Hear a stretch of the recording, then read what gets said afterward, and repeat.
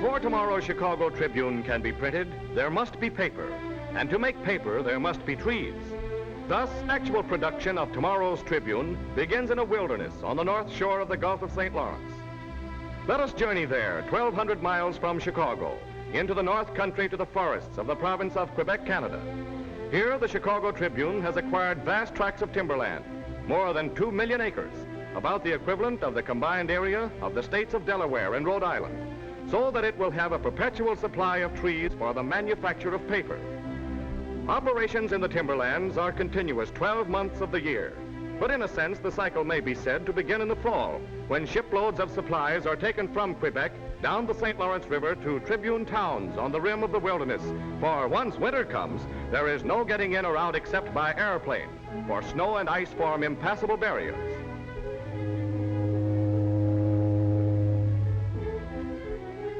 In September and October, ships, some of them part of the Tribune fleet, others chartered for the purpose, carry a variety of stores down the broad St. Lawrence and across the Gulf to the towns and camps that lie on the edge of a wild frontier, east of the eastern boundary of the state of Maine. For half a year, such Tribune communities as this at Shelter Bay are frozen in, and everything needed must be taken into the woods before ice seals the gates to the outside world. Shelter Bay, first of the communities to be built by the Tribune, is a thriving town on the Gulf, 400 miles northeast of Quebec, and with millions of acres of virgin forest as its backyard. So barren is the shoreline that ships must unload into scows and barges, which are then towed to shore. Cargoes consist of food, clothing and tools, sacks of cement and bales of hay, sugar and yeast, butter, molasses and beans, barrels of flour and hogsheads of salt pork, kitchen stoves, axes, candy, and 1,000 other articles. Annual requirements, for example, run as high as 2.5 million pounds of hay and oats, 330,000 pounds of potatoes, 250,000 pounds of flour, 140,000 pounds of pork, 900,000 cigarettes, and 7,000 pounds of tobacco. Shelter Bay, although an outpost of civilization with a population of only about 1,000, still has many big city conveniences such as hot and cold running water, central heat, an efficient sewer system, electric lights, and a well-equipped hospital. Excellent educational facilities are provided by a thoroughly modern school. Knitting seems to be as popular as it is in Chicago, but bread is baked in an outdoor oven. No less hardy pioneers than the intrepid French explorers who sailed along these shores centuries ago, the woodsmen and their families enjoy life much as the people do in Chicago. Life is simple on the North Shore, but for both young and old, it is a full life.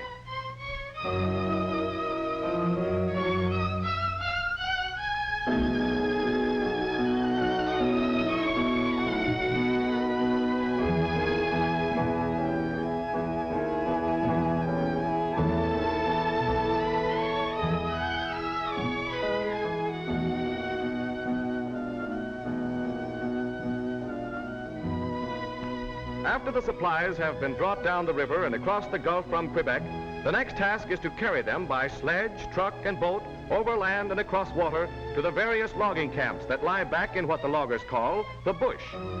Less than 20 years ago, this was an impenetrable wilderness. But today, through corduroy roads, boats, and bridges, the backcountry has been made accessible, and interior camps have been built at strategic points.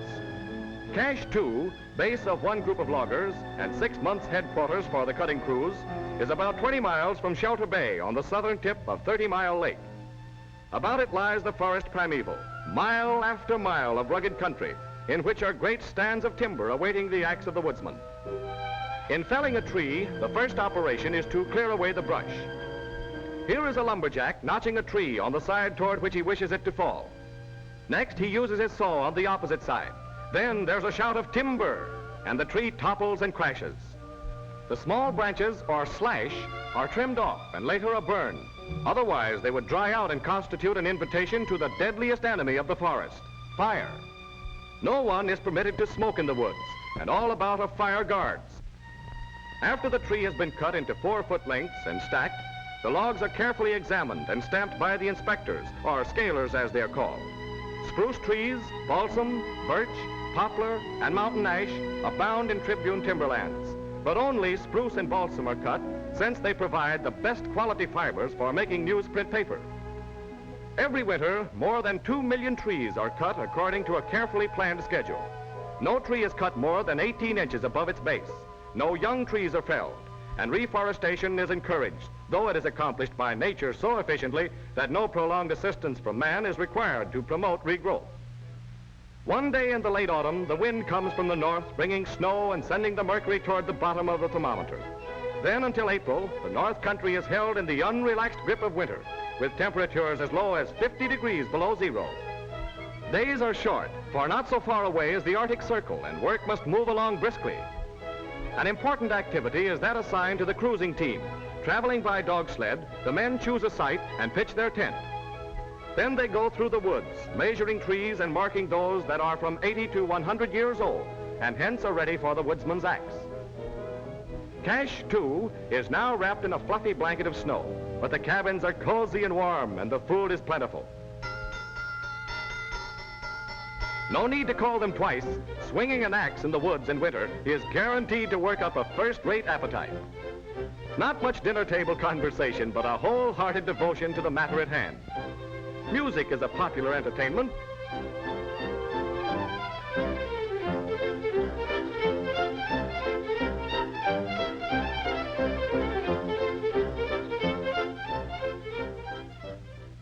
Chopping trees all day doesn't in the least detract from their enthusiasm for an hour or so of skiing. All through the winter, the harvesting of trees goes on in a race against the elements in order to cut the scheduled volume of timber before the coming of spring. Getting the timber out of the woods is a difficult problem. Some of the logs are transported by horse-drawn sleds to rivers and lakes, where they're piled on the ice to await the spring thaw. And where the banks of rivers and lakes are inaccessible to sleds, logs are sent tobogganing down icy chutes.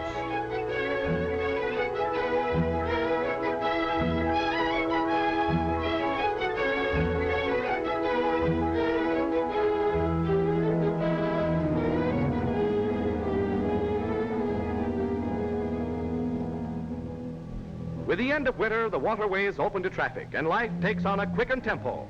Now the streams leap and roar, and the great harvest of logs cut in the winter and piled on the ice continues its journey from the forest to Shelter Bay and other towns built by the Tribune on the Gulf of St. Lawrence.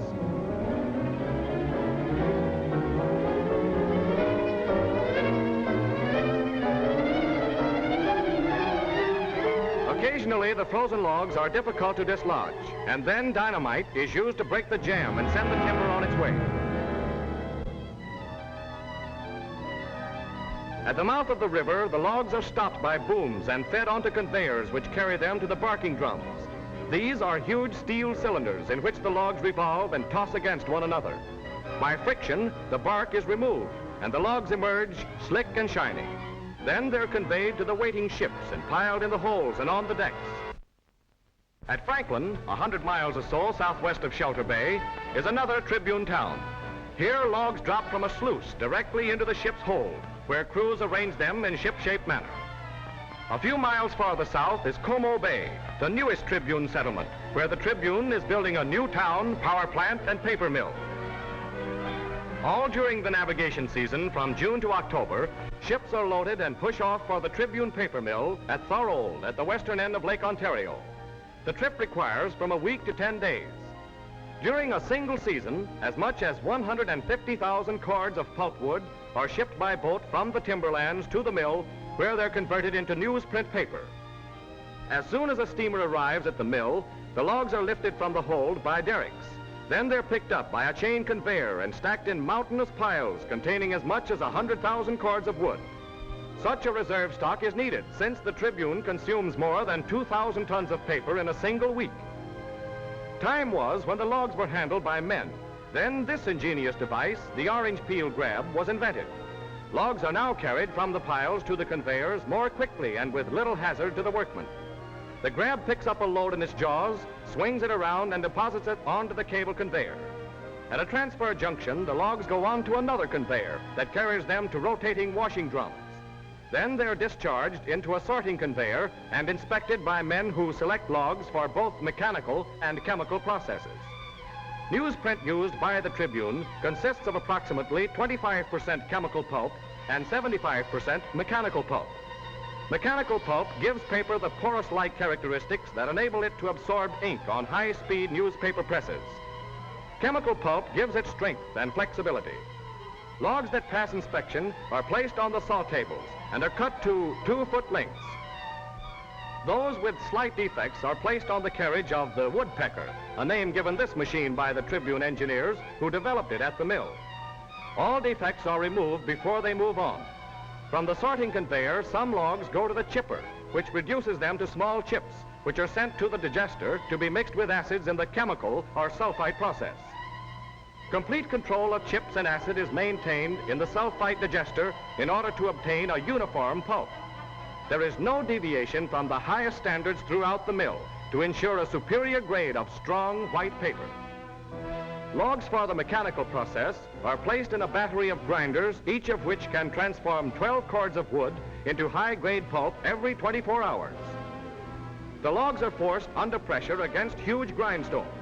Water flows over them continuously, and from the bottom of the machine issues a steady stream of pulp. At frequent intervals, samples are taken for analysis as a check on quality. Both mechanical and sulfite pulps are thoroughly combined in mixing tanks with chemicals to color and brighten the paper. The pulps are then beaten together, more water is added, and the mixture is pumped into the paper-making machine where it flows onto wire screens that form an endless belt. As it passes over the screens, the water drains off and the forward motion of the screens causes the pulp fibers to interlace and become paper. When the paper leaves the screens, it passes between two large rollers that squeeze out still more water. Then it goes through another series of rollers that squeeze and dry it further. Finally, it passes through 32 drying cylinders filled with live steam and covered with blankets to absorb any remaining moisture. The final touch is given by steel calendar rollers that polish the paper and give it a smoother finish. Next, it is rewound on steel spindles and wrapped in extra heavy paper made at the mill from the coarser fiber screened from the newsprint pulp. Paper has been made from trees. The next step is to transport it from the paper mill to Tribune Tower. Into the hold of one of the Tribune's fleet of ships go the rolls of paper, weighing approximately 1,800 pounds each. Then across Lakes Erie, St. Clair, Huron, and Michigan moves the parade of paper to Tribune warehouses near the mouth of the Chicago River. A few more steps and trees will have become Tribunes. Thus, man's struggle with the elements comes closer to fruition. Soon, by the magic of printer's ink, that paper will live as a Tribune instead of a tree, will become the pages on which will be recorded completely and without compromise the events of the day throughout the world. Here at the Tribune's own dock, the ships tie up and the rolls of paper are lifted from the hold to conveyors that take them in swift procession to the warehouses, where there is stored a stock of newsprint paper sufficient to satisfy the needs of several months. While the ships are being unloaded, some of the rolls are sent directly to Tribune Tower by tunnel. Rolls proceed from the ship by gravity to the tunnel in the warehouse, where they are carried down a steep incline by a cog railway. During the winter months, when navigation is impossible, thousands of tons of newsprint are removed from the warehouses.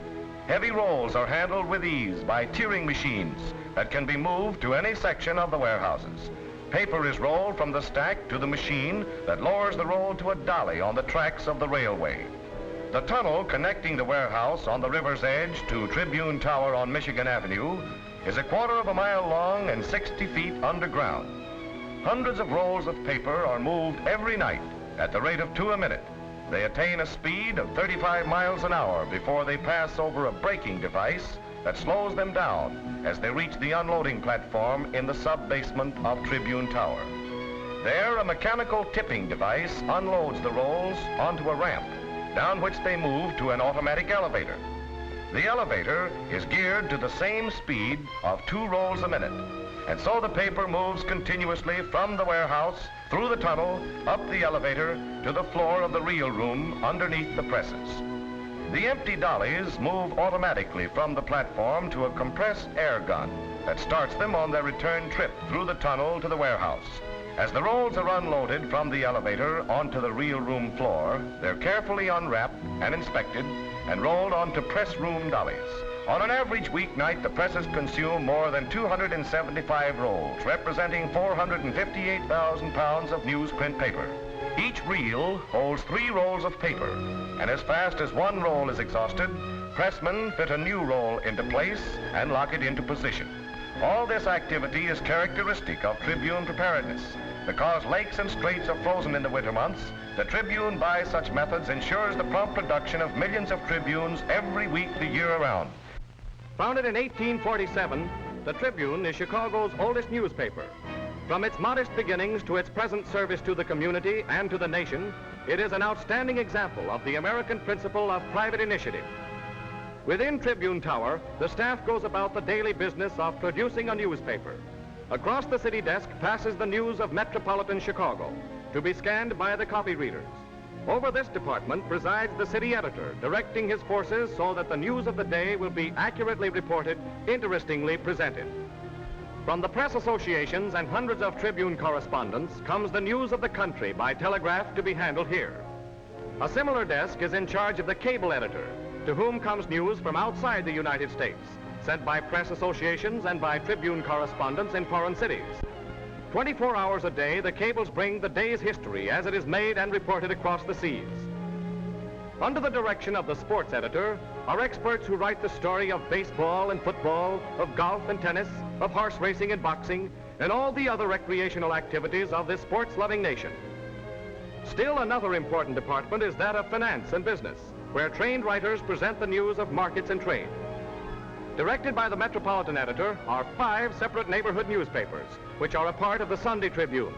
And here is the Sunday room itself, a busy department, where under the direction of the Sunday editor are many sub-departments and features. On all topics of special interest, writers keep Tribune readers well informed. Whatever is worthwhile in the arts and sciences is interestingly reported by trained observers. What are people the world over saying and doing that Tribune readers should know about if they are to live happier, richer, and more useful lives? Seeking to answer that all-inclusive question, such is the objective of Tribune reporters, cameramen, feature writers, and editors.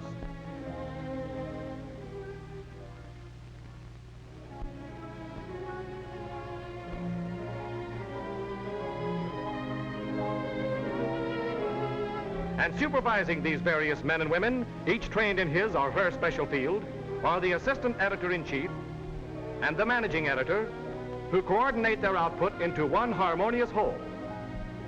Ready for use by the writers is a splendidly equipped reference library and a reference file room containing more than 3 million clippings, 700,000 photographs, and 75,000 engravings. Long ago, the Tribune realized the value of pictures in bringing people and events vividly and unforgettably to its readers. And so every day, scores of pictures are printed, some of them supplied by photographic services, some taken on the scene by Tribune photographers, and still others posed in the Tribune's completely equipped studio. Watched for, laughed over, vital characters in the lives of readers are Tribune comics. Sometimes as light in humor, but more frequently drawn to focus attention on a civic or national problem, the editorial cartoon is given front page position by the Tribune. To make the engravings from which Tribune illustrations are printed, the pictures to be reproduced, whether drawings or photographs, are placed before a camera in the engraving room. The shutter is snapped and the image is recorded on a sensitized negative glass plate. The light from a flaming arc transfers the image to the zinc plate. After it has been powdered with dragon's blood and heated, the zinc plate is etched in an acid bath. Removed from the bath, the plate is washed and goes to the router, a man with a sure eye and a steady hand who cuts away excess metal. It is then mounted on a metal base.